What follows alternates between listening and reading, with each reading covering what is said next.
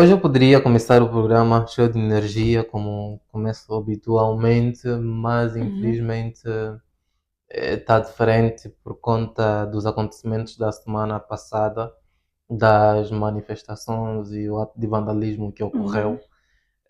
Foi muito triste ver os negócios, os empreendimentos das pessoas a serem destruídas como foram destruídas. Foi mais triste ver as vidas a ceifarem. Não é? Nós vimos muita gente que perdeu a vida. Os dados que nos foi passado foi que tivemos quase 30 mortos, quase 30 pessoas que perderam a vida. Não sei se são mesmo 30 pessoas ou mais 30 pessoas, mas os dados que foram passados são 30 pessoas que perderam a vida e isso é muito triste. É muita gente que morreu. Então, nós reprovamos aqui o ato de vandalismo e também reprovamos a atitude da polícia, dos agentes da polícia que dispararam, usaram bala de fogo. Poderiam talvez usar a bala de plástico, usar só os gases lacrimogêneos para afugentar ou dispersar a população, mas eu não vi a necessidade de usarem a bala de fogo, mas foi usada e muita gente perdeu a vida. E nós lamentamos muito. O caso que mais chocou-me, em particular, foi a situação da senhora que foi à busca do filho e acabou sendo baleada. Epá, aquilo foi, mexeu muito comigo. A semana passada estive mal, depois de ver aquele vídeo, fiquei tetraplégico, eu não conseguia me mover, fiquei mal, chorei muito, doeu mesmo muito. E pronto, sentimos muito e ingressamos nossos sentimentos de pesar a todo o pessoal que perdeu um uhum. membro da família nesta manifestação. Mas pronto, a vida continua, nós estamos aqui para continuar com o nosso trabalho e com a nossa missão que é levar informação em saúde para você que nos acompanha, para a população em geral, não é? Eu tenho alguém aqui que é uma das representantes da Clínica Estoril, Polo Camama 1, que é a nossa parceira, a melhor clínica de Angola. Elsa, seja muito bem-vinda ao Enfi Podcast.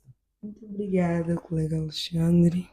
Então, a Elsa está aqui para falar sobre os serviços da Clínica Estoril. Elsa, que serviços a Clínica Estoril tem a nos oferecer? Hum, Boa tarde, Uhum. primeiramente. Eu sou o meu nome, estou aqui em representação da Clínica Estoril.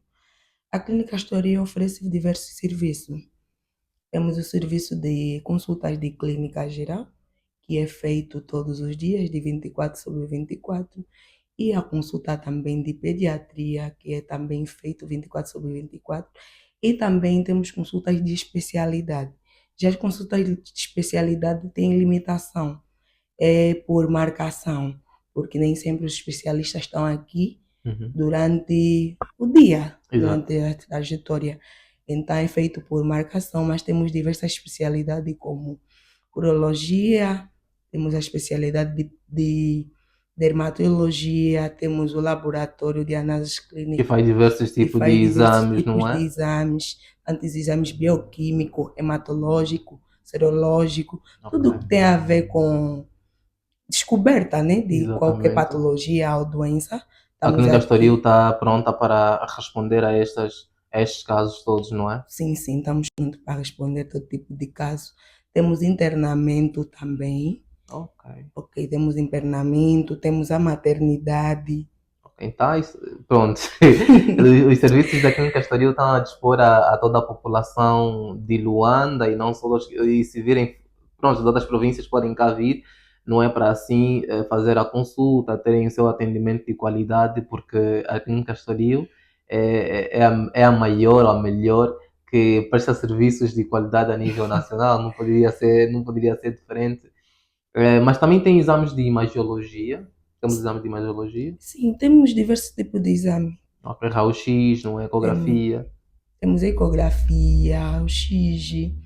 Ok, muito bem, muito bem. Onde é que está localizada a clínica Estoril A clínica Pulcamamão? Estoril está localizado capo de trás do condomínio BPC2, Ok. Camama 1, Uhum. junto ao condomínio BPC2. Estamos aqui de segunda a segunda, 24 sobre 24. Estamos sempre aqui que é para poder atender os nossos pacientes, Uhum. selecionar todo tipo de dificuldade o que tange a doenças Exato. crônicas como agudas. Estamos Ok. aqui que é para poder dar uma solução aos nossos pacientes e receber com muita satisfação Uhum. e selecionar as dificuldades que o nosso paciente apresentar. Eu já tenho aqui uma grande convidada e vocês sabem que eu trago sempre grandes convidados e pronto, não poderia ser diferente. Eu tenho a Maura Assunção, ela que é profissional de enfermagem, mas ela vai apresentar-se já. Maura, seja muito bem-vinda ao Info Podcast. Muito obrigada, enfermeira Alexandre. Eu não gosto de mal te apresentar. Aí é. Sim, eu acho que fica muito mais bonito quando são as outras pessoas a falarem sobre nós, né? Mas acho que o crucial para aquilo que vamos falar hoje é dizer às pessoas que eu sou enfermeira e que gosto muito da profissão que exerço. A Maura gosta da enfermagem. A Maura é enfermeira. É enfermagem em pessoa. Não sou ainda no nível que eu gostaria de ser, mas Exato. acredito que seja importante amarmos aquilo que fazemos para fazermos bem. Exatamente. E olha, eu vejo os teus trabalhos e eu consigo sentir que tu tens muito amor pela profissão que exerces e é muito carinho. É uma das profissionais de enfermagem que eu tiro o chapéu respeito, tem muita qualidade, Muito obrigada. muita competência e pronto, e ama a enfermagem, algo que muita gente odeia, não gosta, menospreza, mas amara. Yeah. Isso é muito bom. Eu falar sobre o que, Maura? Vamos falar sobre o quê? Vamos falar sobre os desafios atuais da enfermagem, não é? Exatamente. Opa, um tema muito importante. Muito. Ok, mas antes de irmos lá para o tema, eu gostava de conhecer mais a Maura. Há quanto tempo trabalha já como enfermeira? Como é que foi o seu, como é que foi o seu percurso? E eu gostava de saber um pouco disso. A Maura como enfermeira começa como estudante em 2016 com o sonho, né, que acredito que muitos temos de trabalhar na área da saúde e ajudar a salvar vidas, muito em consequência de algumas situações da minha vida pessoal que não precisa ser chamada por aqui. Eu realmente não tinha muita noção do que era a enfermagem nas clínicas. Eu só sabia que as pessoas vão para o hospital e tem lá pessoas que nos ajudam. Exatamente. O que é que elas fazem de concreto e se existiam funções distribuídas, eu não tinha a mínima noção. Lembro-me perfeitamente porque na altura o meu pai foi fazer a inscrição por mim no IMC do Bengo. Ele ligou para mim e perguntou: Maura, aqui tem duas opções, né? Que é a enfermagem e análises clínicas. Qual curso queres fazer? Vai ser estranho o que eu vou dizer agora, mas na minha cabeça estava assim, de adolescente. Eu acho que análises clínicas deve ter muita química, então eu prefiro enfermagem. E tipo, meu pai foi lá, inscreveu-me para fazer enfermagem e eu comecei a fazer. E eu lembro que a coisa mais marcante para mim do meu primeiro ano foi uma professora de ética. Eu tive um professor de ética, chama-se professor Samuel. Se ele tiver esse vídeo, ele sabe que teve algum papel importante. E era daquelas pessoas que chegavam na sala, dos poucos professores que te transmitiam credibilidade, confiança, certeza de que estás no curso certo. Que te inspiram, porque ele falava da profissão de enfermagem como uma coisa maravilhosa. Então, numa primeira instância, eu não me arrependi em nenhum aspecto por ter escolhido a profissão que escolhi.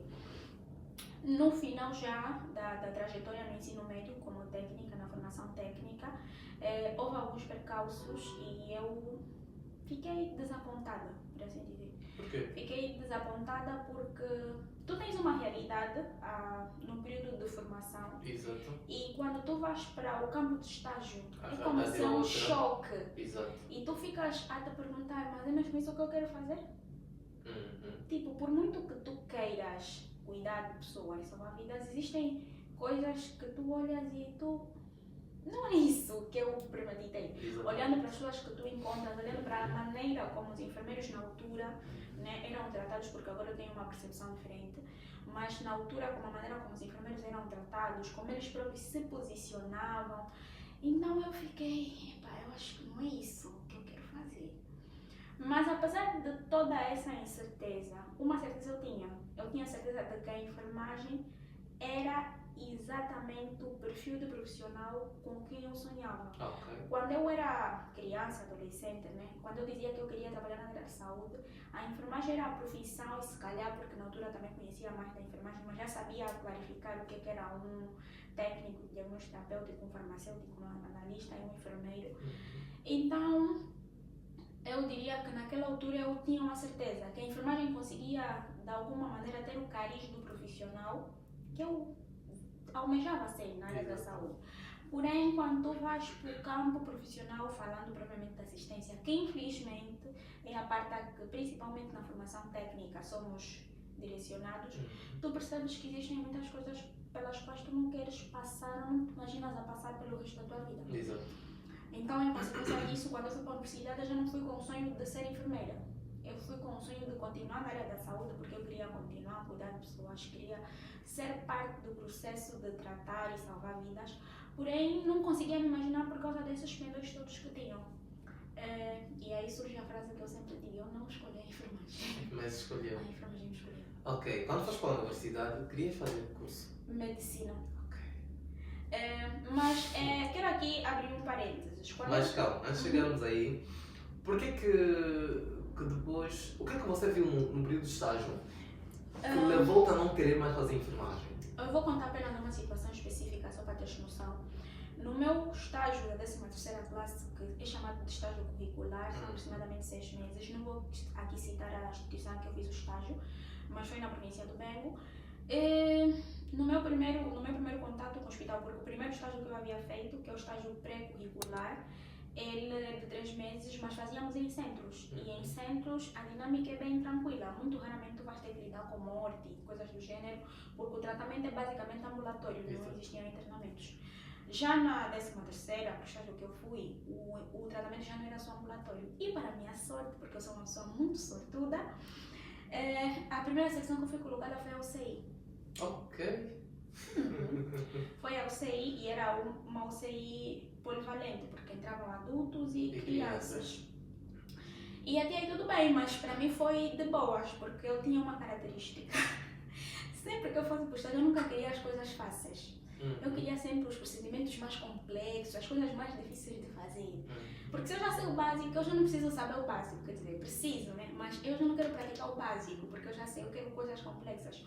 Então, quando eu caí na UCI, para mim foi tipo, mamãe, aqui eu não vou aprender. Quer dizer, se eu já, no primeiro local que eu fui colocada foi a UCI, então as demais, porque todo mundo tinha a percepção de que a UCI é onde vão os doentes graves. Então, se eu consigo cuidar, tratar de doentes na UCI, as outras áreas não seriam um problema para mim. Então, lá fui eu. Lembro-me de uma coisa caricata que aconteceu. No nosso primeiro dia, eu e uma colega, Mariana, ela agora é militar, dissemos assim à enfermeira supervisora da secção: olha, nós queremos só trabalhar com os pacientes mais graves. E ela disse: vocês, mas hoje é o nosso primeiro dia. Eu disse: sim, é o nosso primeiro dia, mas nós queremos mesmo que a tia nos ensine as coisas mais complexas, por isso que queremos todos os pacientes graves que entrarem podem nos meter a cuidar. Porque normalmente na fase do estágio, principalmente com a inexperiência, a tendência é nós queremos fugir. Exato. Mas ela surpreendeu-se, então ela disse: tá bem, já que vocês estão armadas e tão corajosas, eu tenho uma proposta para vocês fazer. Eu vos deixo, sob minha supervisão, claro, ficar com os pacientes mais graves, mas vocês terão que fazer uma coisa, para eu ver se vocês realmente são tão corajosas. Ir para a morgue. Ela disse: eu quero que vocês vão para a morgue. Foi apavorante para ti, né? Não foi. Foi? E nem sabes. Eram, acho que 17 horas quando ela disse isso. Eu quero que vocês vão para a morgue e vão ver os mortos, depois venham e me digam como foi a experiência. Exato. Nós dissemos: agora? Ela disse: sim, agora. Nós fomos, chegamos lá, só que naquele momento a morgue estava condicionada porque tinha um cadáver em putrificação, então disseram que ainda não podíamos entrar, que era para voltarmos mais tarde. Fomos lá de volta, acho que eram 20 horas, disseram que ainda não estava. Então falamos: não tem problema, vamos voltar às 0, porque acho que até às 0 o problema já vai estar resolvido. Vocês foram para lá às 0 horas? Fomos para a morgue às 0 horas. Calma. O vosso primeiro desafio foi ir para a morgue. E vocês foram para a morgue às 0 horas. 0 horas. Nós falamos: não tem problema, 0 horas vamos ir para. Porque eu e a Mariana éramos tipo de nos pilharmos, não vamos fazer isso, não sei o quê. E fomos. 0 horas nós fomos, encontramos até o senhor a lavar um dos corpos. Não tinham tantos corpos também, acho que eram só 2. E não foi uma experiência maravilhosa, mas nós não saímos de lá apavoradas. Exato. Voltamos lá, contamos o que vimos e não sei o que. Ela viu como, tipo, nós estamos a falar de cadáveres e em circunstâncias normais, as pessoas têm medo, mas nós, não com leveza, né? Mas não com o medo esperado. Exato. Então ela disse: tá bem, eu deixo-vos ficar com com os pacientes mais difíceis. Naquela altura era apenas o único paciente, um menino de 17 anos. E nós cuidamos daquele menino, não sei o que, graças a Deus recuperou. Naquela cena de eu ficar na UCI, aconteceu uma situação de uma menina, eu não consigo esquecer, porque foi a primeira morte que eu acompanhei. Deu uma pessoa estar A primeira morte dói. Yeah. Então, a menina tinha 5 anos, nós estávamos no serviço do CI, lá naquele hospital, quando as secções todas durante o período noturno não tinham médicos, ou seja, todas as secções dependiam simplesmente do médico que estivesse de banco. Ok. Acredito que ainda acontece em algumas unidades. E na altura nós trabalhamos, éramos 3 estagiários e 2 efetivas. 2 efetivas? Não, 3 efetivas. Porém, estava na hora da vela. A primeira coisa crítica, todo mundo foi velar e nós estávamos no serviço de cuidados intensivos. Opa. Yeah. Todas as efetivas, literalmente, foram velar. Vocês eram novatas. Éramos novatas, estávamos E lá vos deixaram há lá nos uma cuidados semana. intensivos. Sim. Isso é irresponsabilidade. Exatamente. Primeira coisa. E tipo, para nós não foi, porque nós não conhecíamos ainda a realidade, é uma coisa com a qual estávamos a tentar entender. E foi, então a menina começou a respirar de maneira normal, até para uma pessoa inexperiente, né, como eu na altura, Já conseguia conseguiram. perceber que a menina estava a respirar de maneira normal. Chamamos a enfermeira, 1 vez, 2 vezes, 3 vezes, e ninguém levantou-se. Curiosas como somos, eu e a Mariana novamente, como ela estava a respirar mal, Eu procuramos conheço a Mariana. oxigênio. Ok. Fomos procurar máscara, oxigênio, colocamos a menina no oxigênio. Só que ainda assim, nós conseguíamos perceber que parecia mesmo que a vida da criança estava a acabar. Acabar. E como já sabíamos que o procedimento padrão era chamar o médico, então avisamos novamente a enfermeira que não fomos pedir, não, fomos avisar que estávamos aí chamar o médico para vir dizer alguma coisa. O médico não veio, lembro, estava aqui. O que é que o médico disse na altura? O médico estava de banco e estava sozinho. E parecia que tinha um caso de urgência, no banco de urgência. Ele não tinha como se desdobrar entre deixar um caso e ir para a UCI. Mas deixou-me triste o fato, depois a criança foi para a óbito, infelizmente, mas deixou-me triste o fato de nós termos tentado, nós chamamos, e tipo, depois da menina morrer, nós fomos chamar as efetivas, e elas disseram, tá bem, preparem o corpo. Entendes? Tu estás a olhar para um profissional que, primeiro por ser uma criança, não sei, né? Eu acho que para mim o fato de alguém ser criança já pesa mais a balança.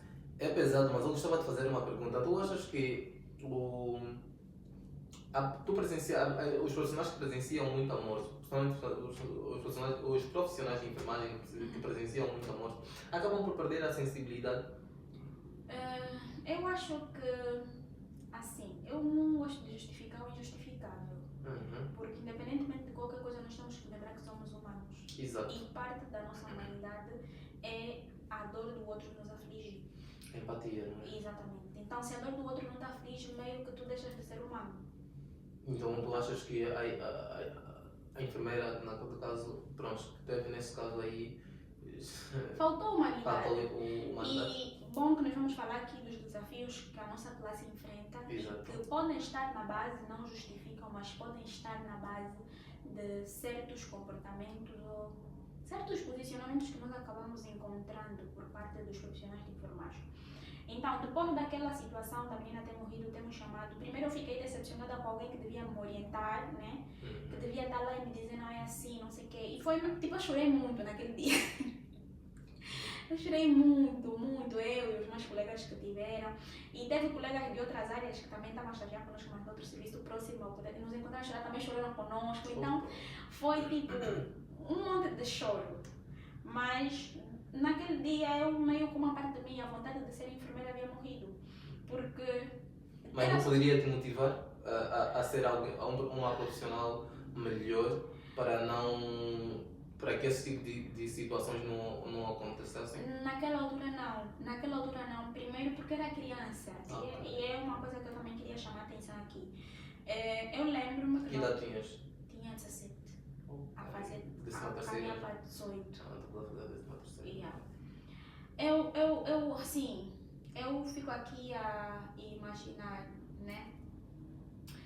Se fosse só uma das enfermeiras que tivesse mostrado esse comportamento, eu acharia que não é uma coisa normal dentro da profissão. Exato.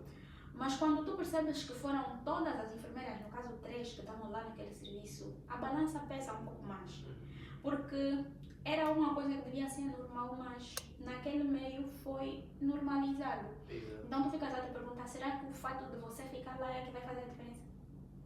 Não vai. É uma pergunta que um pouquinho deve-se pensar bem, mas tu achas que essas atitudes ainda acontecem? Ou, pronto, alguns profissionais ainda têm essa atitude hoje em dia? Olha, hoje em dia eu tenho uma visão tão diferente da enfermagem. Vamos chegar lá. Que existem coisas que se o profissional estiver na minha frente não vai acontecer. Boa. Não vai. Literalmente não vai. Pode até acontecer, mas na minha frente não vai. O teu colega falou-me isto. Quem? Tu não permites. Como é que ele se chama? Ele esteve comigo nós fomos mestre. Professores? Não, presidimos uma atividade no curso. Ah, já sei, Denise Como é que Grata. se chama? Maquinho Dominique. Exato, Dominique. Yeah. E ele disse, é meu colega de turno, mas eu do mesmo turno que ele. Eu falei, essa é uma Assunção. Ele disse, é meu colega de turno, mas eu falei, ela Yeah, pergunta para o somos Alexandre muito. como se ela conhece. Nos trocaram agora. Ok, yeah, Infelizmente, trocaram muito. boa. Yeah, mas eu não permito. Eu sou taxada da enfermeira chata. Eu sou muito chata. Desde que o que eu vou fazer eu sei que vai salvaguardar a vida do meu paciente. Eu sou mesmo muito chata. Isso é bom. E não importa quem seja, eu sou mesmo muito chata. Nem é teu paciente, não é paciente de todos os profissionais, é uma multidisciplinar. Assim, eu concordo que seja, mas eu atribuo o termo meu porque o fato de eu atribuir como meu aumenta o meu senso de responsabilidade. Ok. Eu tenho muita visão de que muitas vezes quando a responsabilidade é partilhada, né, nós acabamos nos esquecendo do que nós temos que fazer porque achamos que as outras pessoas vão fazer. Exato. Só que as outras pessoas acabam não fazendo. Uhum. Então o meu é muito no sentido só de me acrescentar Mas a responsabilidade, mas eu percebo perfeitamente que dentro de uma equipe cada um está lá para cumprir o seu papel. Ok, então este cenário dos efetivos não terem ido socorrido ou Exato. tomado uma atitude é que depois desmotivou-te. Não só, depois Ok. tinha as questões de qualidade, tu percebes, por exemplo, que a nível do hospital existem os preferidos e eu hoje gostaria de... Preferidos? Como assim? Existem os Como assim? preferidos. Não vou. Explica-me um pouco isso. Como assim existem os preferidos? Estás a dizer que alguns profissionais de enfermagem têm pacientes preferidos? Não sobre pacientes preferidos. Mas Digo o quê? sobre regalias que certos profissionais dentro da equipe Da- multidisciplinar têm têm em relação a outros. A outros? Exatamente. Diferentes classes ou da mesma classe? Diferentes classes, obviamente. Diferentes E classes. até mesmo na mesma classe também acontece, mas é muito em diferentes classes. Estás a falar Em de que tu de percebes- enfermeiros e médicos? E não só. Farmacêuticos, Toda analistas? classe. Ok. Pelo menos na altura, quando eu fazia ensino médio, né, uma das grandes coisas que nós percebíamos é tu vais para o laboratório e tu percebes que os profissionais do laboratório, na área em que eles trabalham, têm um sítio em condições para deitar. Embora que as pessoas digam, mas o hospital não é para dormir. Obviamente, mas nós somos humanos e a dada altura precisamos de um ligeiro descanso, nem que for de 1 hora, para recuperar as energias. Uhum. Tens dúvidas sobre o microfone? Olha, pedi-me desculpa porque o microfone havia acabado a carga, não é, Maura? Essa parte vai para. Acabou a carga, eu não sei que vocês estavam a ouvir assim muito bem, mas já demos conta do som e já melhoramos. Acredito que agora o som está bom, não é, Maura? Tá Acredito que melhor. tá melhor. Maura falava sobre o que te levou depois a pensar em não fazer enfermagem superior. Exatamente. Podes concluir. De maneira resumida, né, fora a situação que eu já contei aqui, Uhum. tem muito a ver com as próprias condições de trabalho que são oferecidas aos enfermeiros, as condições de mantimento, né, tipo um local onde dormir, onde vão comer. Tipo, na maior parte das vezes, tu consegues perceber que existe um privilégio por parte de algumas classes, e não vamos aqui estar a criar rixas, né, mas é uma realidade que conhecemos, e no caso da enfermagem, nem tanto. Ok. E é uma profissão que, assim, trabalha-se muito E ganha-se pouco. e ganha-se pouco. Isso é verdade. Pouquíssimo. Enquanto estudante, a questão do ganhar até não pesava tanto. Mas depois Uhum. mesmo Mas o trabalhar muito e depois você perceber que não vale a pena. Então surgiu essa necessidade Fazer de medicina. mudar de curso. Não propriamente fazer medicina, esse é o Mudar de porém. curso. Mudar de curso. Só Mas que não eu tinha sair que da saúde. avaliar, exato, mas eu tinha que avaliar quais eram as minhas opções. Exato. Então, se eu já estava a largar uma coisa com a qual eu me identificava, Uhum. porém existiam coisas que ao longo prazo podiam me fazer desistir, eu tinha que escolher uma coisa que parecia melhor. Então, eu Exato. investiguei sobre. E não vamos aqui ser hipócritas, né? Assim, em termos gerais, quem faz medicina acaba estando numa posição melhor em que qualquer outro profissional na De área de facto. saúde. Então, acabou sendo a medicina. Eu testei numa pública e numa privada. Na pública não tive uma nota aceitável, porque para os exames de acesso tem o primeiro número de vagas que são limitadas para o curso de medicina Uhum. e depois tem a questão da, como é que se diz? Da maior nota, né? Exato. As vagas são ocupadas pela maior nota e a minha Uhum. nota infelizmente não deu. No privado aconteceu a mesma coisa e eu tenho aqui que dizer que eu acho que me batotaram. Debataram? Eu sinto que me batotaram, porque só para teres uma noção, no ano em que eu entro, a nota mínima, a última nota da pessoa que entrou, era de 12,2 e eu tive 12,1. Mas não acredito que eu tive 12,1 porque eu senti que aquela prova estava muito fácil. Ok. Mas passamos. Mas como eu disse, né, não fui eu a escolher a enfermagem, foi a Uhum. enfermagem que me escolheu. A enfermagem ficou como a minha segunda opção na privada, então eu fiz, porque na pública eu apenas meti uma única opção. Uhum. Na privada, eu fiz o meu primeiro ano de enfermagem. Eu queria te perguntar isso. Eu faço sempre essa pergunta a Uhum. todos os profissionais de enfermagem que passam aqui pelo Info Podcast. Sim. Por que eu noto que a enfermagem é sempre uma opção para quem não passa em medicina? Eu acho, assim, para quem tem uma experiência anterior do ensino médio, e é uma Uhum. coisa que eu, pelo menos, atualmente luto muito, tem essa experiência toda não muito positiva que você acarreta de ensino médio. Então, tu vais com a percepção de que tu precisas fazer medicina. Ok. Tu não queres, mas tu precisas. Exato. Porque tu te imaginas a trabalhar sob condições melhores, a ganhar mais, a ter oportunidades melhores. Uhum. Se for uma pessoa que não tem o histórico do ensino médio, eu acredito que esteja muito vinculado com aquilo que é o que a sociedade diz, né? Uhum. Porque boa parte das pessoas só sabem que no hospital tem médico. Nós, enfermeiros, já estamos assim um pouco mais famosos.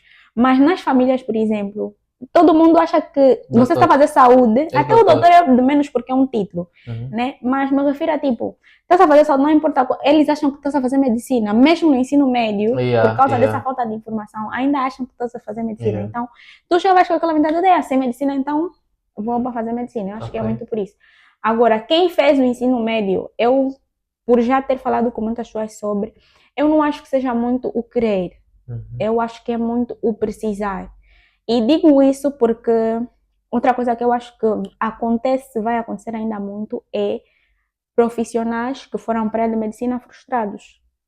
Porque eles vão criar uma expectativa sobre um curso que não é muito sobre aquilo que eles queriam, mas é sobre aquilo que eles achavam que podiam ter. Exato. E quando chegam lá e descobrem que não é tudo muito isso, bem porque aquilo, todas as classes têm os seus problemas. Exatamente. Não é tudo isso que ele pensava que seria. E depois acabam por se frustrar. Exatamente. Muito bem, Maura. Vamos falar agora, né? Vamos lá diretamente ao assunto. Exato, acho que é melhor. Que é sobre os desafios atuais da enfermagem. Então, falando lá um pouco disso. Os desafios atuais. Eu quero começar a falar dos desafios, assim, primeiro como uma estudante, porque eu sou uma eterna estudante, por isso é que eu sou da Associação Nacional de Estudantes de Enfermagem. Exatamente. E depois como uma profissional que agora acabei de me tornar, né?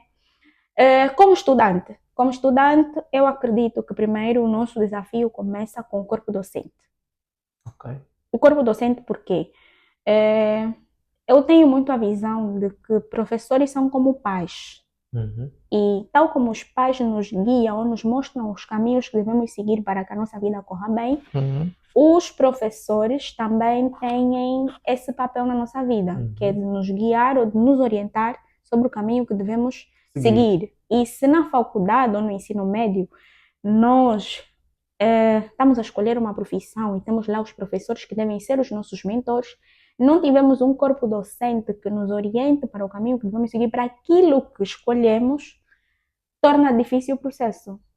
Faz com que a pessoa a exercer aquela profissão não faça bem. Então, a maneira como nós fomos ou estamos a ser educados a Uhum. nível daquilo que é a formação dos enfermeiros, tem muitas lacunas. Ok, depois. E é aquilo que estávamos a dizer, né? O Uhum. professor que depois no ensino médio começa a dizer: é para você não pode fazer enfermagem, porque enfermagem é para pobre, não é para ficar rico. Eu já Exatamente. estou a começar a desconstruir já essas abordagens, porque é Uhum. muita gente, muitos professores de ensino médio até o superior, a Exatamente. dizerem que enfermagem não é para ficar rica, é por caridade, por amor. Ah, sim, muita gente a fazer dinheiro com a enfermagem, não brinco. Não Claro brinco. que a tua primeira intenção a fazer qualquer curso de saúde, não só Uhum. de enfermagem, deve ser pelo amor e pela vocação que tu sentiste que tens, né? Porque as profissões de saúde são mesmo de vocação. Uhum. Tu precisas ter amor por aquilo que vais fazer. Lógico, Mas o dinheiro acaba sendo uma uma consequência. E como consequência. consequência, tu não vais querer menos. E se Exato. tu fazes alguma coisa bem e muito, obviamente que tu também queres receber muito. Uhum. Yeah. Então, professores que desmotivam-te sobre o curso que estás a fazer, porque é Uhum. normal um estudante a fazer enfermagem, o professor lhe diz, olha, quando tu terminares o ensino médio, não faz enfermagem, faz Y. Ou teres um professor que te diz, se tu estás a pensar que estás aí fazer enfermagem para ficar rico, não vais ficar rico. Ou enfermagem é uma profissão subalterna a Y. Uhum. É assim, nos cursos de saúde, só os cursos de saúde não te deixam rico, não é? É o que você faz. Obviamente. É o que você faz com o que você tem, ou com o que tens, é o Uhum. que fazes com o que tens, é que pode sim te tornar rico a nível financeiro. Porque só, simples, E acho que isso vale para todos os cursos. simples, se não só fazer o curso de saúde, medicina, fisioterapia, análise clínica, enfermagem, Perdão. dizer que depois vou ficar rico trabalhando, exercendo isso, ficando, não é muito bem assim. É aplicando, saber aplicar isso, não é? Isso é que pode sim te tornar rico a Exato. nível de valores financeiros, assim podemos dizer. Mas acho Uhum. que o primeiro motivo, que o primeiro desafio Para estudante é a da docência. enfermagem é a docência, Sim. sim. O segundo desafio seria, eu mencionaria aqui o fato de não haver essa demistificação, por assim dizer, né? Embora que se fale, mas acredito que não se fale do jeito que devia se falar, que é a questão de que enfermagem não é só assistência. Ok. Falar um pouco disto, vai.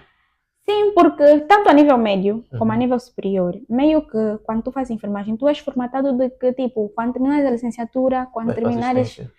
tu vais trabalhar no hospital, tu vais trabalhar na área assistencial, mas Uhum. não precisa ser só isso. Porque às vezes, e é o que eu digo sempre, uma parte muito boa que eu gosto da enfermagem é, a enfermagem ela é vasta, Uhum. né? Tu podes atuar em vários campos. Dizer, por exemplo, a alguém que não gosta de ferida não vai ser um bom enfermeiro, para mim não faz muito sentido. Uhum. Por quê? Porque eu posso não ser muito boa a lidar com feridas, mas eu posso ser muito boa a fazer outros procedimentos que é da área de enfermagem. E se eu Exatamente. trabalhar num setor específico que não tem feridas, eu não deixo de ser um bom enfermeiro. Uhum. Então, só monopolizar a enfermagem para assistência, para mim, é um erro. É necessário entendermos que tem pessoas que têm muito mais carisma para serem gestores. Exato. Então, se, por exemplo, a nível da licenciatura, tu percebes que tu tens um aluno que é muito bom à gestão, que tem um raciocínio de gestor, como docente, aconselho, olha, quando tu terminares, faz um mestrado de Y, de X, vai te ajudar a direcionar a tua carreira para isso que tu tens inclinação, Daí os que é papéis dos gestão. docentes, não é? No ensino e na vocação Exatamente. dos estudantes. Se tu tens um aluno que tu percebes, não, eu acho que esse aluno tem muita inclinação para a investigação, apesar de que no nosso país ainda é uma coisa a Uhum. balançar, mas o fato de você incentivar, estarias a contribuir para que eventualmente daqui a alguns anos tivéssemos artigos, livros que são Exatamente. exatamente. Por exemplo, incentivar o aluno ao empreendedorismo, porque nós percebemos que quando todos saímos da faculdade ou do ensino médio, não vamos todos diretamente para o mercado de trabalho e ser aceitos nas empresas. Uhum. Mas ensinar ele de que com aquilo que você aprendeu, você pode fazer alguma coisa com a tua profissão, desde a teoria Uhum. à prática.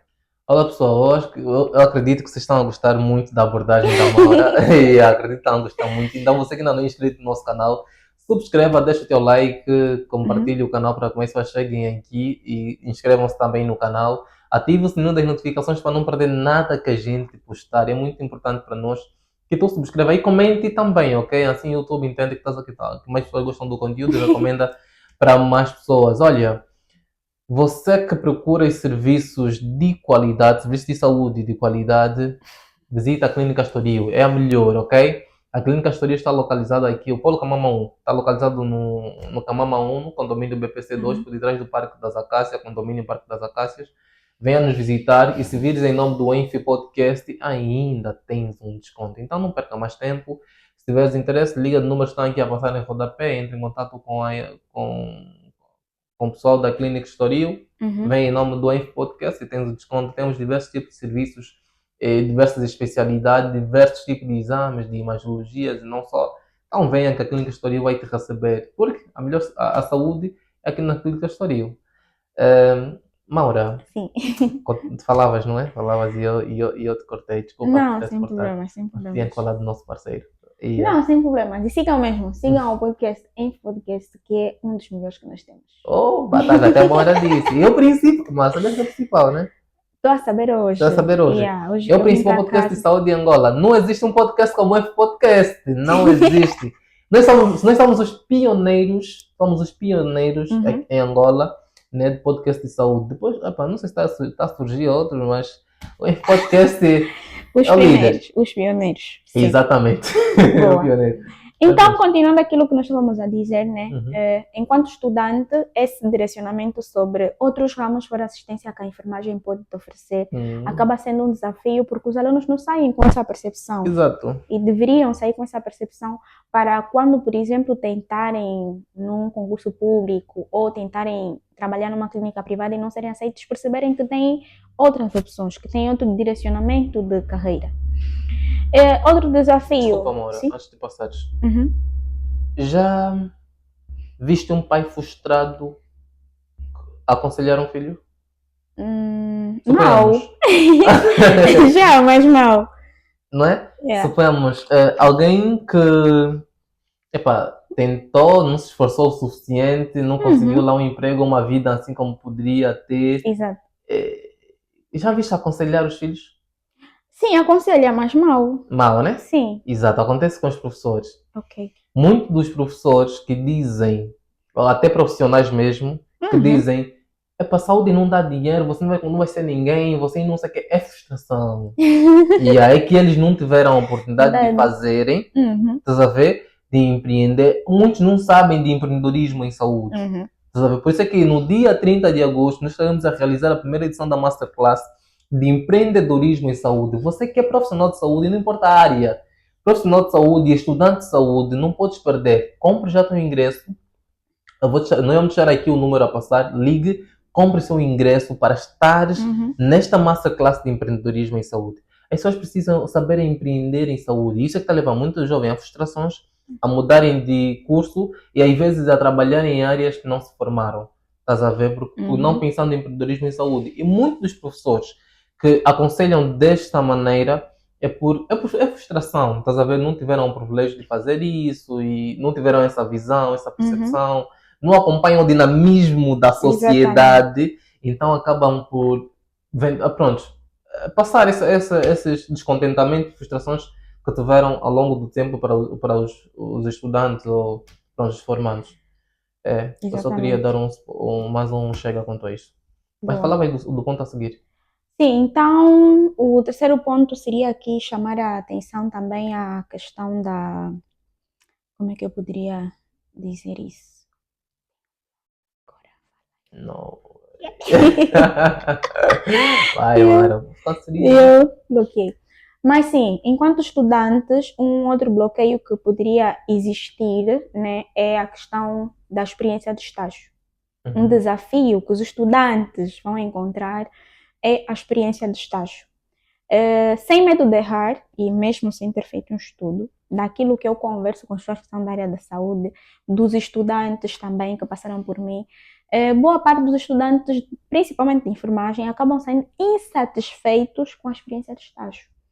Por quê? Porque eles vão para o campo de estágio e, infelizmente, encontram profissionais que, em vez de serem mentores, em vez de serem supervisores, acabam sendo apenas pessoas que olham para eles como mão de obra barata. Mão de obra barata por quê? Vamos aqui imaginar, tu tens um estudante que está a fazer agora, acho que o estágio começa na 12ª. Exato.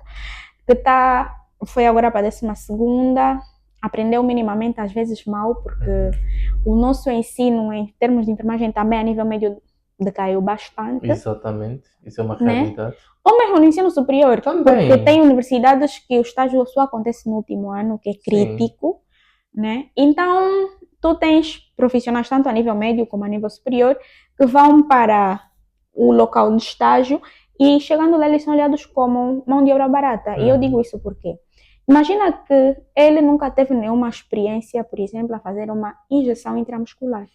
Ou se calhar teve, mas em 1, 2, 3 aulas, e é bem diferente, por exemplo, de ter um contato com um paciente, né?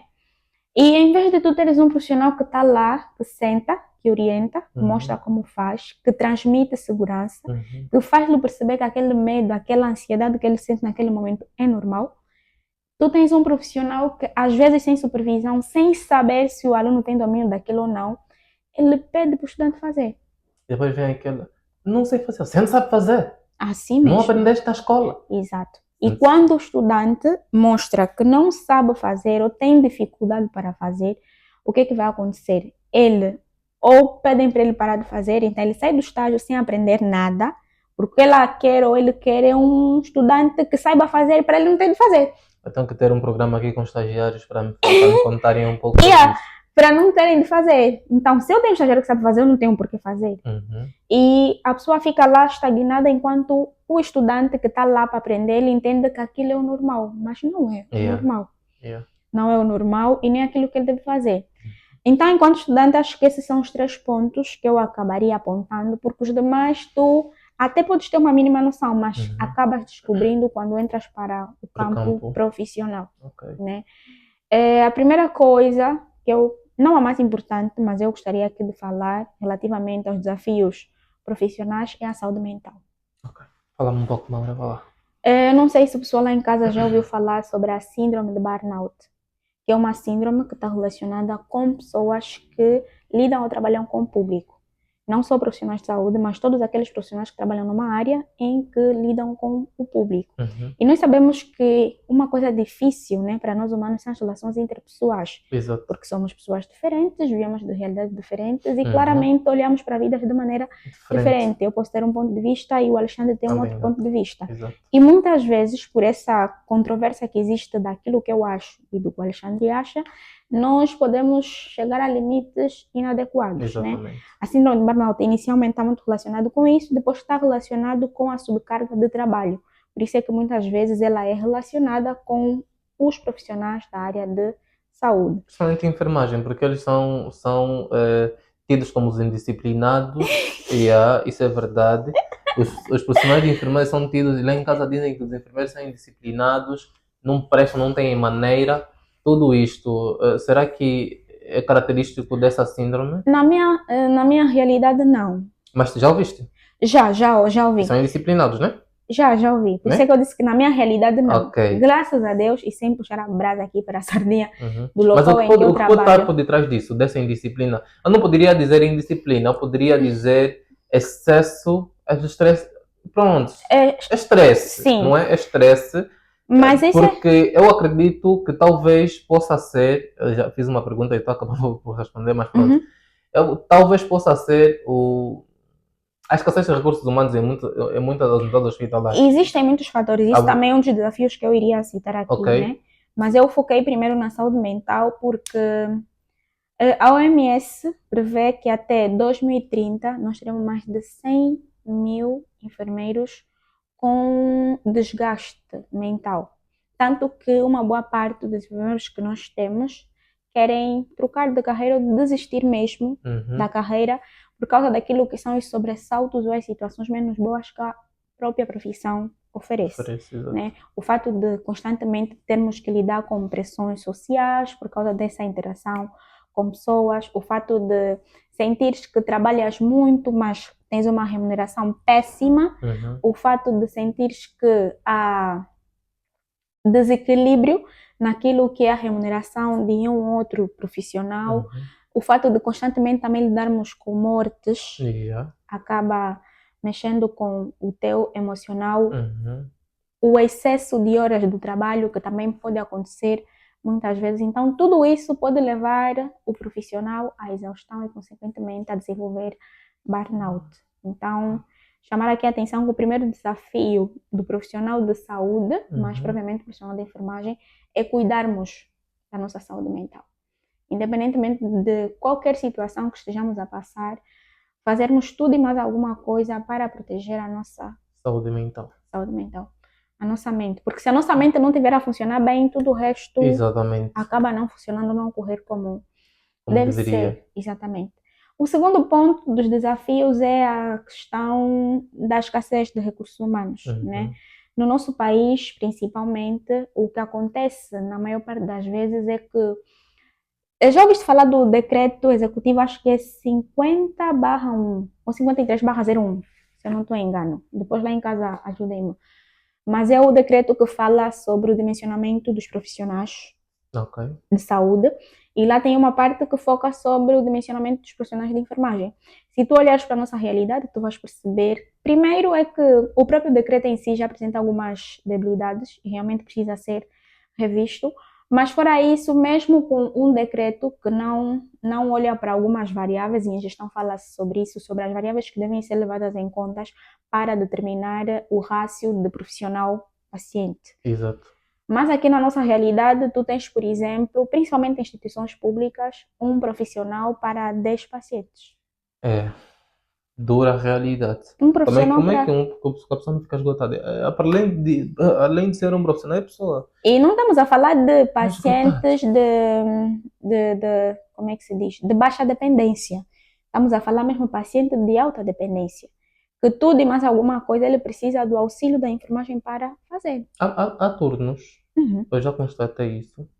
Há turnos nas nossas unidades hospitalares públicas, suponhamos um internamento de cirurgia ortopedia. E aí aquilo pode ter umas 12 salas, ou 10, suponhamos, 10 salas. Cada sala tem umas 7 camas, suponhamos, né? Suponhamos. Sim. 7 camas. Depende muito da unidade, mas é possível chegar a esse número. 7 ou 6 camas, vamos lá dizer assim. 6 camas e tem 3 efetivos. Quem suporta isso, às vezes quem dá auxílio nisso são os voluntários. Exato. Os voluntários. Deus os abençoe. E, de facto, os estagiários curriculares, não é? É que dão suporte nisso. Se tirarem todos os voluntários, todos os estagiários curriculares, fica 3 pessoas no turno, 3 profissionais de enfermagem no turno, a fazer curativos, a darem medicação. Como é que esse pessoal fica? Que serviço de qualidade nós queremos, né, à nossa população? Não, e por mais que a pessoa se esforce, ou o profissional se esforce, não tem como, ok? A medicação é dada em 8 horas. 6, 14, 22. Vais começar a dar com a medicação na sala 1, que tem 5 pacientes, exatamente, às 6 horas, até chegar na sala 10. São que horas, então? Já não são 14 horas. Veja, então é complicado. É complicado. Então, a escassez de recursos humanos acaba sendo um desafio muito grande, porque percebe-se que há um desequilíbrio entre aquilo que é o número de profissionais e o número de pacientes que acorrem às unidades hospitalares. Mas não se pode melhorar isso? Claro que se pode, se pode, mas existem políticas, né, que devem ser adaptadas para que se melhore isso. Eu acho que, em grande parte, também está muito relacionado com o fato de nós, enquanto enfermeiros, também damos a cara a tapa e dizer que até aqui chega. Porque o que muitas vezes se percebe é que os enfermeiros têm muita postura de super-heróis. Porque, por exemplo, vamos tentar aqui dar um exemplo. Se eu entregar-te uma banheira de mais ou menos 10 quilos. Exato. Vamos supor que 10 quilos tu consigas suportar e até aí tudo bem, não vais reclamar. Mas se em vez de uma banheira de 10 quilos eu te der uma banheira de 50 quilos ou de 60, o peso já aumenta. Fato. Mas tu continuas a não reclamar. Se tu continuas a não reclamar, eu acho que está tudo bem. Tu não precisas. De fato. Entendes? Tu não precisas. Então, se não precisas, não vou mover pés para resolver a situação. Então, a própria classe em si é que tem que, de alguma maneira, nos setores e nos serviços em que trabalham, dizer, olha, até aqui já não está a dar mais para suportar. Para quem de direito, Uhum. né, mover esforço para resolver a situação. Mas entendemos que, principalmente para unidades públicas, existe toda uma questão política por detrás. Não é só uma Mas tu questão achas que os órgãos sindicais poderiam intervir nessa situação e não intervêm? Devem, na verdade, mas é aquilo que eu te disse. Como é que os órgãos sindicais saberão o que está a acontecer se o próprio profissional não reclama? É. Será que não reclama? Quantos Será aqui que não estão... reclama, Maura? Assim, em termos organizativos, para tu fazeres uma reclamação a qualquer órgão, tu precisas estar vinculado a ele. A Exato. pergunta é, quantos enfermeiros que vão ver esse podcast estão inscritos no Sindeia? Por exemplo, que é o sindicato que nos defende. Quantos? Eu acredito que em grande parte ninguém está. E quando você não está inscrito numa organização, tu não percebes o que é teu direito e o que não é. E tu não tens voz para reclamar porque tu próprio não contribuis para o desenvolvimento da área própria. O facto de estar escrito na ordem dos enfermeiros não é suficiente? Não, aí temos que perceber, e para isso vou sugerir que convides a Iracelma para falar sobre legislação e enfermagem, Iracelma Pascoal.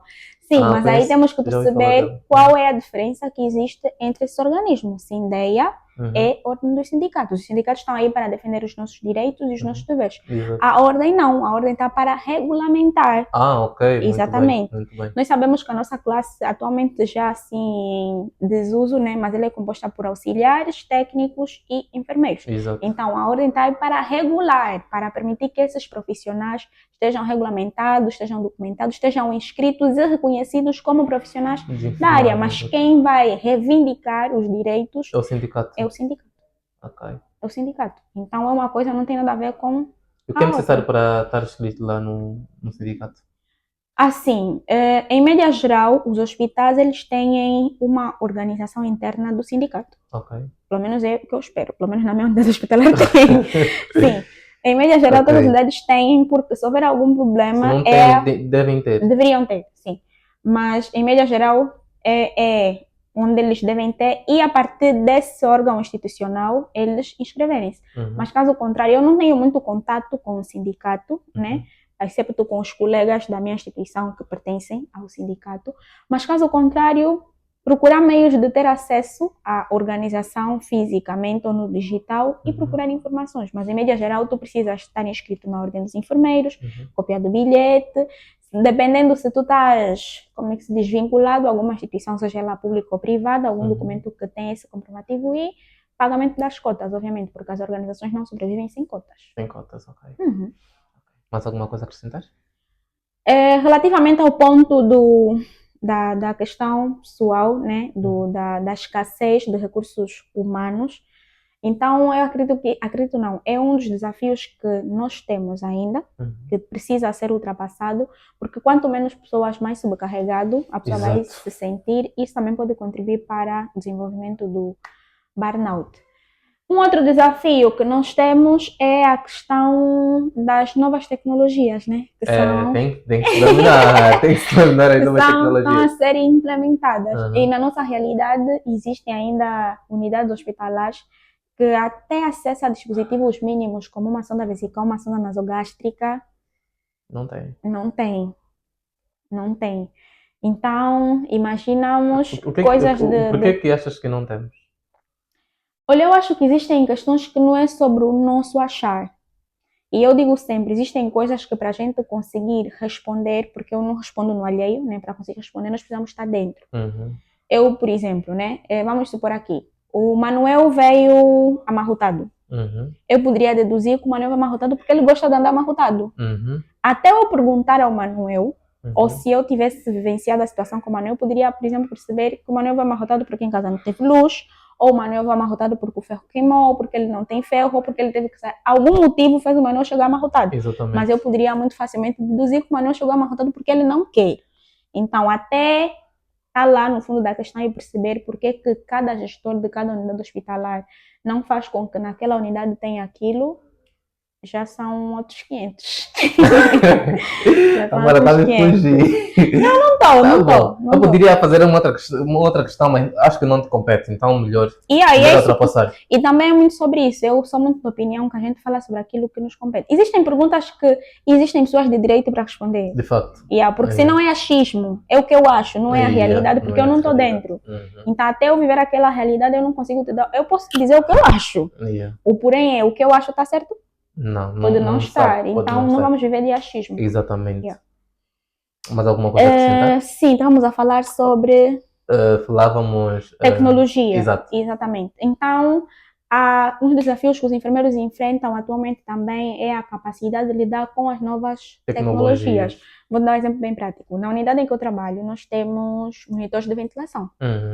Infelizmente, eu não tenho domínio do monitor de ventilação. Por quê? Primeiro, porque normalmente é um dispositivo muito direcionado para cuidados intensivos, mas nós temos em banco de urgência. Mas o porém não é esse. O porém é que eu nunca tive formação sobre. Exato. Exatamente. Então eu não tenho domínio. Obviamente que de maneira autônoma eu posso investigar, mas não se compararia a ter uma formação, principalmente porque os dispositivos, o seu manuseamento também depende muito do fabricante. Aí vem a importância da capacitação. Exato. Depende muito do seu fabricante. Mas que é importante estarmos atentos a novas tecnologias, dispositivos que são utilizados para, de alguma maneira, facilitar o nosso trabalho é importante, como o caso de um monitor, né? Exato. Nos ajuda a avaliar os sinais vitais, como o caso de uma bomba de infusão, uma seringa de infusão. Então, conhecer os dispositivos que ajudam-nos a manusear ou permitir que o nosso trabalho ocorra da maneira mais fácil é essencial. Um curso básico de informática também é importante, mexer assim no computador. Porque atualmente as anotações até já... Já mais informatizada, né? Sim. Pelo menos a nível público, até onde eu sei, espero não estar errada se eu tiver corrigir aí nos comentários, né? Pelo menos de algumas instituições a que eu fui, já estão a ser implementados mesmo um sistema digital. Estão a ser implementados, não é que já tenhamos em todas as unidades. Não em todas, mas pelo menos as de grande porte e as mais recentes estão a ser implementadas. De fato. As privadas nem precisamos falar porque já é... A long time. Long time. Mas nessas estão. E nós ainda verificamos personagens que têm debilidade para mexer no computador. Curso básico de informática. Mas isso é responsabilidade também da gestão de cada instituição capacitar os seus... Não, calma. Sim, não. Calma. Também é responsabilidade do gestor de cada unidade capacitar o seu pessoal. Mas, em contrapartida, a pessoa também poderia buscar, não é? Capacitar-se. Tem uma área nova, eu posso me capacitar de maneira independente para poder manusear um computador? Não vamos dizer um computador. Um computador é o mais básico dos básicos. Sim, é isso que eu estou a dizer, até um computador. O computador é o básico dos básicos. Sim. Não souber também manusear, profissional. Não, mas eu já vi, por isso é que eu estou aqui a... Pronto, sério? Sério, bem sério. Bem sério mesmo. Profissional. Não sabe manusear um computador. Não sabe. E outra coisa também em relação a isso, está muito relacionado com a idade. Nós lembrar aqui que uma grande parte... tu querias falar isso também. Sim, uma grande parte do pessoal que acompanha a classe de enfermagem já é uma geração bem mais velha. Espero que esse termo não seja ofensivo. Não, com mais idade. Com mais idade, exatamente. Então, por terem mais idade, alguns já quase à fase da aposentadoria. Exatamente. Outros até são colocados em zonas em que não exige mais tanto esforço físico, exatamente por conta da idade. E também essa questão da idade acaba influenciando naquilo que é o contato com as novas tecnologias, porque nós sabemos que as pessoas mais velhas, mais adultas, né, têm uma certa debilidade, uma certa resistência para aceitar coisas novas, principalmente tecnológicas. Exato. Né? E os pais às vezes têm telefone digital, você não sabe se ele faz o quê, mas ele só passa. Tem um telefone digital. Então, às vezes, para uma pessoa mais adulta, que já está lá há mais tempo, que já habituou-se a fazer a coisa, tipo, por exemplo, fazer uma anotação de enfermagem, ela habituou-se a fazer num papel. E, repentinamente, ele tem que fazer num computador. É estranho, se calhar ele não... Ter contato até pode ter tido, dependendo da realidade de cada um, mas se calhar não é uma coisa habitual. E tornar aquilo habitual é um processo. É um processo, Então, é um desafio também que deve-se... Exato. Tem, né? Que deve-se superar, deve-se ver. Mas há mais alguma coisa? sim, vou já ser bem coisa aqui. Há o desafio da questão das condições de trabalho, que também está muito relacionado com a remuneração, né? Ainda existe uma grande preocupação naquilo que é a remuneração dada aos enfermeiros por conta da percepção de que faz-se muito e paga-se pouco.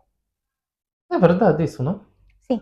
Faz-se muito mesmo. Os Faz-se enfermeiros muito trabalham muito. e paga-se pouco. Eu não queria argumentar muito, mas o que é que tu achas? O que é que está na base disso? Por que é que paga-se poucos profissionais de enfermagem? Se uma unidade sem profissional de enfermagem não trabalha, por que é que isso... E digamos que eles podem ser toda a equipa que faz funcionar o que é o hospital, não é? A unidade. Mas a classe de enfermagem ou a equipa de enfermagem é muito importante para uma unidade hospitalar. Muito, extrema importância. Se eles têm tanta importância, os profissionais têm tanta importância, assim, numa unidade hospitalar, por que é que ganham um pouco? Eu, normalmente, quando começo os meus discursos a falar sobre enfermagem, eu resumo ele em um único ponto. Posicionamento. Ninguém vai te dar o valor que tu não te das. De facto. Ninguém vai. E é o exemplo que eu dei anteriormente. Se eu te dou uma carga de 50 e tu não reclamas, eu não vou saber que está pesado para ti. Eu posso até desconfiar, mas eu não vou saber. E o que nós percebemos é, no off, no backstage, as pessoas reclamam, mas não dão as caras para reclamar. Porque nós sabemos, acho que foi há uns 2 ou 3 anos atrás, os médicos fizeram uma greve para reivindicar o piso salarial. Mas a enfermagem, quando tenta fazer, não sente-se. Eu queria te perguntar isso. Por que a greve dos enfermeiros não pega? Assim, eu não tenho o poder para falar sobre... O que é que você acha? Sim, mas vou chegar lá. Eu não tenho poder para falar sobre, primeiro porque das poucas vezes, pouquíssimas vezes que eu vi que haveria uma greve dos enfermeiros, né? Eu não fazia parte da área profissional, né? Eu era uma estudante apenas, né? Mas eu entendo que, primeiro, e vou dizer aqui uma coisa que pode chocar muitas pessoas, perdoem, mas eu ainda acho que é verdade. Os enfermeiros não são unidos. Não, isso é verdade. Os enfermeiros não Isso são eu unidos. já constatei isso. E, olha, você pode encontrar médicos unidos, analistas unidos, farmacêuticos unidos, mas enfermeiros... Os enfermeiros não são unidos. E eu toco... Não gosto assim. Só para gravar, por favor.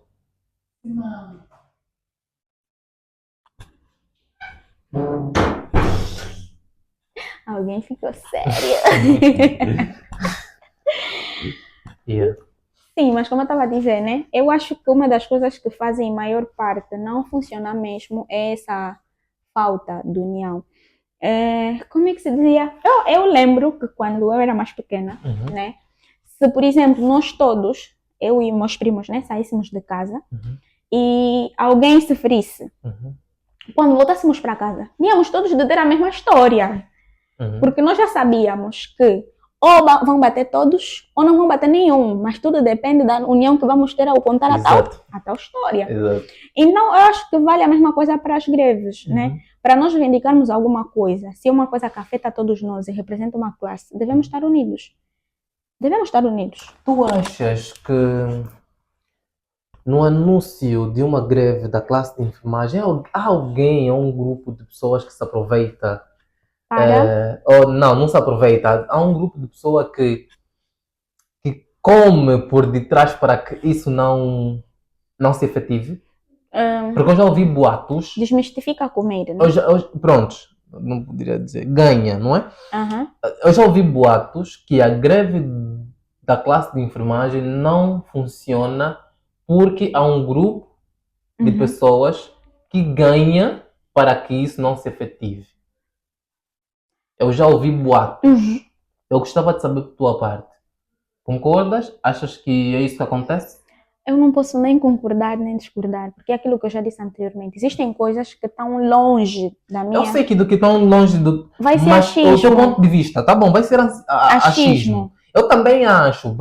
É o que eu ouço. É o que eu já ouvi várias vezes. Mas o teu ponto de vista, sabendo que há muitas greves da classe de enfermagem não que há muitas. Pronto, algumas. Sim, algumas. Digamos algumas. Algumas greves da classe de enfermagem não pegou. Não é? E vem essas teorias que eu não sei muito bem se é verdade. Tu achas que faz sentido? Assim, hum, eu tenho uma teoria de vida que é a questão de antes de eu olhar para o erro do outro, eu olho para O o meu meu. erro. E eu digo isso na perspectiva de que eu acho que muitas vezes nós estamos mais preocupados em procurar culpados do que propriamente reconhecer qual é o nosso papel. Exato. Porque assim, vamos colocar aqui em hipótese, hipoteticamente, vamos supor que a informação que tu tenhas, que ainda acho que é achismo, seja verdade. Eu não confirmo Exato. nada. Exato, não confirmo nada. Seja verdade. Uhum. A questão é, as greves antes de acontecerem, existe uma questão burocrática a ser seguida, né? Uhum. Tem que se pedir autorização, tem que se avisar, que é para que as autoridades tenham conhecimento Uhum. e os gestores por si só também tenham conhecimento de modos a fazer com que a situação seja menos caótica possível. Exato. Porque nós sabemos que, em grande parte, o nosso sistema de saúde pararia se os enfermeiros fizessem uma greve geral. E, normalmente, se tu já percebeste, as greves dos enfermeiros são parciais. São parciais. São parciais porque a mínima possibilidade de se pensar num hospital que funcione sem um enfermeiro É complicado. é muito complicado. São 24 horas sem enfermeiros. É muito complicado. É complicado. É muito complicado. Exato. Mas é aquilo que eu disse. E quando eu coloco a questão de eu entender qual é o meu papel, é entender, por exemplo, nós já vimos pessoas que não aderem às greves, mas percebem o motivo das greves existirem, mas não aderem, mas são os primeiros que, quando o benefício chegar, querem usufruir como se nada fosse. É como disseste, a classe de enfermagem não é unida. Exatamente. Agora, se existem pessoas a comer por detrás, ou não, né? O comer. Digamos, pronto. Exato, vamos usar o termo. né? Eu não consigo te dizer, porque nunca me vi em nenhum meio em que a conversa que fluísse fosse do gênero. O que eu acho que em grande parte se calhar acaba acontecendo é a questão mesmo de falarmos de que o nosso sistema de saúde iria colapsar sem a classe de enfermagem. E como muitas vezes as greves acontecem de maneira parcial e temos um grande número que não adere a essa greve, parece que essa greve não existe ou que essa greve não está a acontecer. Porque imagina assim, tu tens 5 profissionais num turno.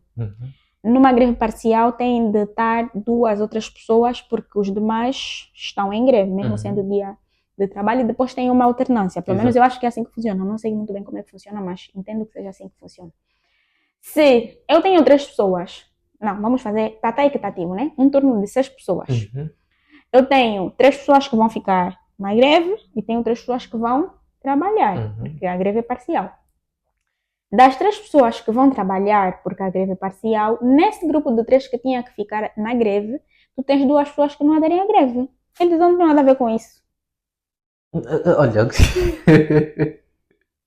Então, quer dizer que tinhas que ter um turno de 3 para se perceber que os enfermeiros estão em greve, tu tens um turno de 5. Às vezes só uma única pessoa naquele grupo É que está em greve. é que está em greve. Achas que a greve vai se sentir dessa maneira? Não, mas o que tu achas que está por detrás desta desunião? Suponhamos anunciam uma greve, não é? Vamos ficar em greve, assim de maneira parcial. Há um bom número que não adere à greve. Porquê? São coagidos? Assim, é como eu te disse. Você achismo, Não é aquilo que eu estou a dizer. Existem perguntas que existem pessoas próprias para responder. Qual é o teu ponto de vista? É isso que no meu ponto de vista, onde eu vou chegar lá. Basílio Prata, conheces? Não. Pronto. Basílio Prata é enfermeiro e aprendo muito com Basílio. Existe uma frase que o Basílio usa muito e eu levei muito tempo para perceber essa frase. O Basílio diz assim: o problema dos enfermeiros são os próprios enfermeiros. Quando tu ouves essa frase, ela não parece fazer tanto sentido assim. Mas eu comecei a perceber que faz todo sentido, porque tu percebes que se tu achavas que outras classes, outras pessoas têm sido o teu calcanhar de Aquiles, você próprio é o teu calcanhar de Aquiles. Por isso é que eu estou a dizer, quando eu digo que o enfermeiro é o próprio problema do enfermeiro, é isso, é perceber que se existe uma greve, né? Existe uma greve, todos nós vamos acabar saindo beneficiados porque é uma coisa que afeta todos nós. Exato. Então temos todos de aderir, ou pelo menos uma grande maioria. Mas o que se percebe é que a grande maioria não adere. E obviamente, se calhar existiriam vários motivos para não aderir. Algumas pessoas até têm um motivo válido, entendem que um sistema de saúde sem os enfermeiros colapsaria e ele prefere estar lá a dar as caras do que ficar em casa, sabendo que né? muita gente Pode estar à mercê a precisar de mais uma mão, entende-se? Mas claramente que qualquer outra pessoa tem os seus motivos e eles melhor do que eu. Nunca participei de uma greve porque desde que eu me lembro, né, desde que entrei, nunca teve nenhuma greve. Exato. E a depender dos motivos, porque as greves elas são chamadas a público por N motivos, né? Então, se em algum momento eu sentisse que existe algum motivo que afeta a mim diretamente, a pessoa que trabalha comigo, claramente que aderíamos. Mas que precisamos de condições melhores, precisamos. Isso é mais do que um fato. Precisamos de uma remuneração melhor, precisamos. Exatamente. Porque trabalhamos muito. E eu acho bom estar aqui o ponto de quando os enfermeiros dizem que trabalham muito, não é uma questão de trabalharmos mais do que os outros. Não. Mas é de trabalharmos mesmo muito. Muito mesmo.